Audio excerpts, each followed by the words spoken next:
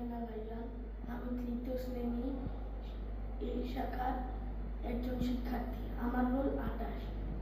আজকে আমি দেখাবো কিভাবে গোলাপ ফুল গাছ লাগাতে হয়।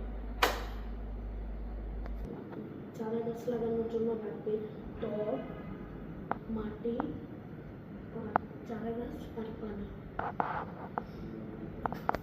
আমি দেখাবো কিভাবে গোলাপ ফুলের চারা গাছ লাগাতে হয়। এর জন্য প্রথমে লাগবে একটি টব, কিছু মাটি, চারা গাছ আর পানি।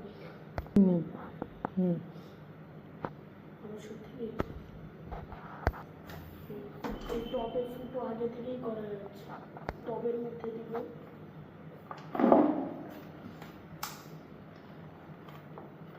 চারা গাছ লাগানোর জন্য আমরা এখন মাটি রেখে দিয়েছি। এখন আমাদের চারা গাছ থাকবে। এই যে আমাদের গোলাপ ফুলের চারা গাছ।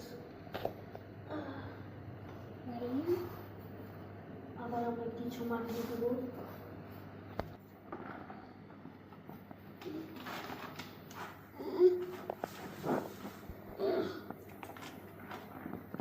তো এখন আমাদের মাটি লাগানো শেষ। গাছ লাগানো শেষে গোলাপ গাছের চারিপাশে পানি দিয়ে দিব। সবাইকে ধন্যবাদ। আসসালামু আলাইকুম।